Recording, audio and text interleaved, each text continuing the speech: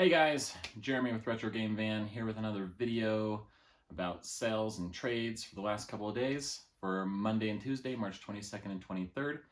We didn't have a lot of sales and nothing was traded in, so nothing too exciting, but the exciting thing is that on Monday I had my wife go out doing deliveries for me, and she is much better at doing the customer service thing and talking to people and getting to know people and doing the chit chat, those things that are not my favorite thing to do. So it was great to have her out there. I'm very grateful that she took the time to do that. And I'm going to see if I can get her out there more because I think she is better at building relationships with customers and doing those things that really help build a business. And so I'm grateful for her. But we did have a few sales. We had a guy that called us asking for Game Boy Colors because he was looking to do some mods. He likes to do the back screen mod on them. And so we had a couple that were in my to repair pile that had a couple of issues, minor things that weren't too bad, but I just don't have a lot of time to be doing a ton of repairs right now. So we passed those on to him, and he was happy to be able to get a good deal on some Game Boy Colors. And since he's going to be getting in there and doing changes to them anyway, the minor repairs weren't going to be a big deal. So we asked him to send pictures and videos of his Game Boy Colors when he's done with them. So maybe we can share those later and give him a little shout out. But we also sold a Wii, and we had a customer that bought a GameCube last week, and one of my boys that was doing the cleaning and testing on the GameCube, when he took the controller apart and put it back together, didn't quite align the trigger and the trigger switch, which can sometimes happen. You have to be careful of when you're putting GameCube controllers back together. And so the switch was a little bit off, and you can tell that something was off about it. And usually I'm pretty good about checking those things before I take those out for delivery. But that one I just happened to miss. But luckily it was a regular customer, someone that we have a good relationship with, so he didn't really care about that. So we were able to take that back, and then we delivered it back to him again on Monday. And we do have a 7-day guarantee on all our stuff. So if there are issues like that, we are happy to take care of those, get them fixed, switch them out, get them replaced. And usually we don't have too many problems because we do pretty good testing on those things before they go out.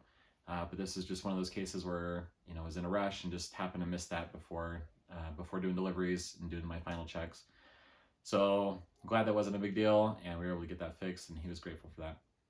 We also had a guy yesterday that bought an NES action set bundle with Mario and Duck Hunt, kind of reclaiming his childhood a little bit. And he also added a Genesis, because I guess his brother had given him a few Genesis games from his own collection, and he never had a Genesis growing up, and so he was excited to get that.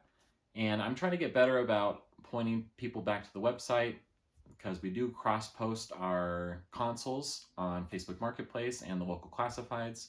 And I think that's where he initially found us. And so when people order a console from one of those places, I try to be good about pointing them to the website and saying, hey, are there any more games that you'd like with that?